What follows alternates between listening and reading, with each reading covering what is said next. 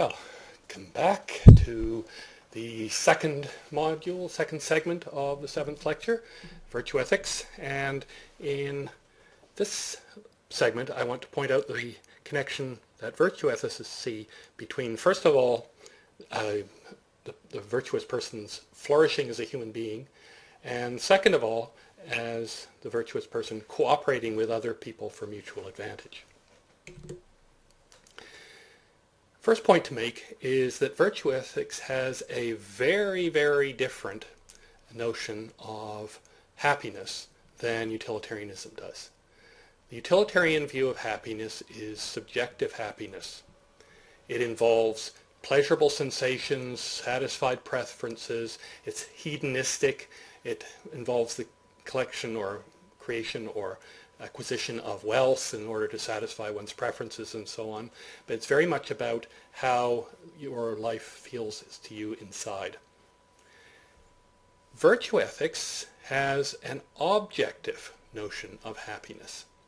Happiness is something that you can judge of somebody from the outside. It's connected to a notion of human flourishing, living a meaningful life. Even if it's not a life full of pleasure, it can still be a meaningful life in, I don't know, connection with social justice or building an enterprise or something like that, which it may not be fun to build all the time, to build a large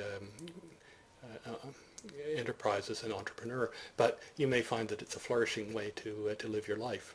But at the end of it, you're judged on whether you have lived your life well, whether you can respect yourself for what you've done.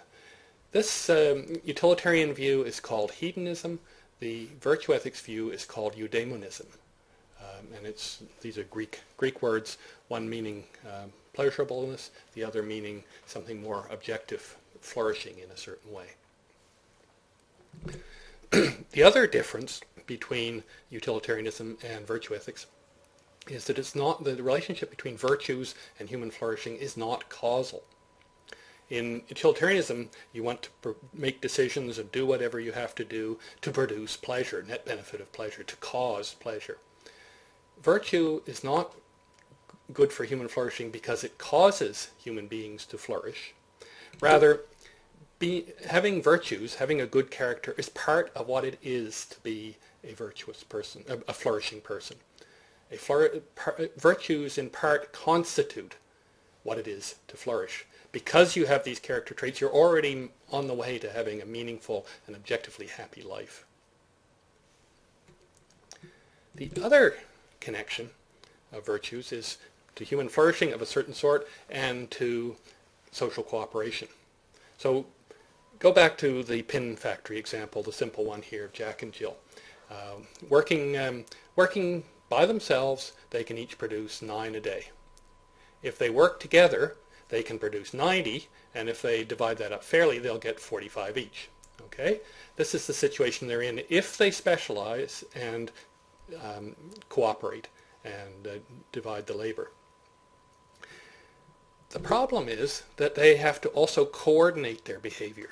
And this produces a different sort of game from the prisoner's dilemma game. It produces one that's called, for historical reasons, the stag hunt game, because the original game had people choosing either to chase a deer or to chase a rabbit. It works like this. Here's the payoff matrix. It's not a prisoner's dilemma, but it has slightly different properties.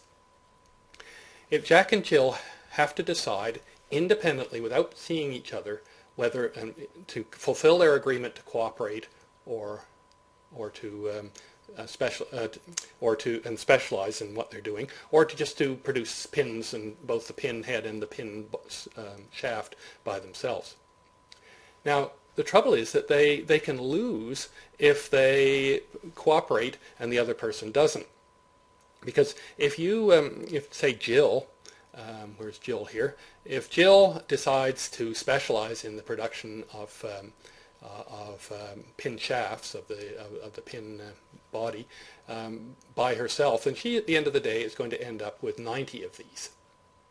But if Jack has chosen not to produce the heads for these pin shafts, then they're going to be of no value to her. Jack, however, will have done something of value to him because he'll have produced both parts of the pin, and he'll end up at the end of the day with 9 of them. But if he produces self-sufficiently and Jill specializes, then she's going to end up with nothing. But if they can both specialize, then together they'll produce 90 pins, and they can have 45 each. And this is obviously the best outcome.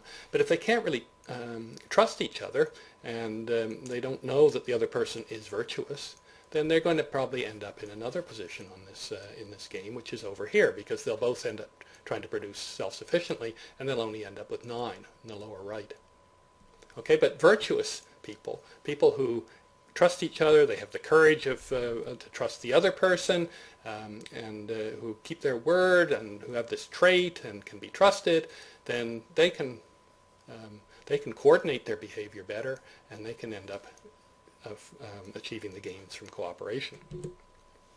So if you think of a flourishing life as being in part having a good character, right?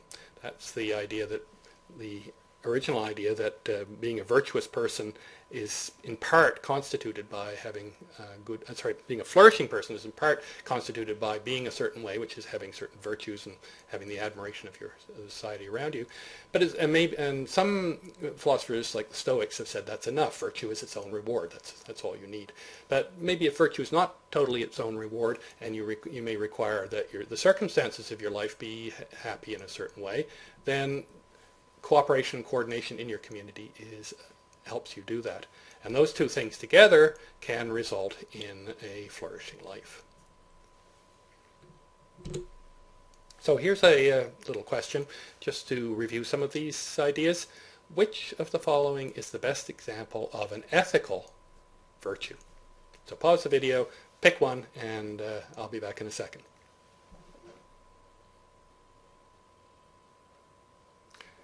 Okay, well, let's look through these. We're looking for virtues, and I'm assuming that ruthlessness is not a virtue, though some people might disagree sometimes in certain contexts, but so I'm going to cross that off because it's a vice. Telling the truth during a negotiation, telling the truth once. Okay, well, it's a good thing to do. It's a virtuous act, maybe, but does that show that the person is virtuous? Maybe they only told the truth once in that negotiation, and they regularly lie. So that is not what we mean by a virtue. Nor is skill in reasoning. Skill in negotiating or skill in reasoning. Virtues are a sort of skill in a sense. They're a way of behaving in the world that's a good one, but they're not really just all skills. Skill in negotiating with other people is very useful, but it's not really of ethical significance. So it's not really the best example of a virtue. Best example is trustworthiness in negotiations. If you can generally be trusted to keep your word during negotiations, then this will presumably result if the other people you're negotiating with are also trustworthy and trusting, then you'll probably be able to achieve better results, and that will be an ethical virtue. So I will see you in a few minutes for the third segment.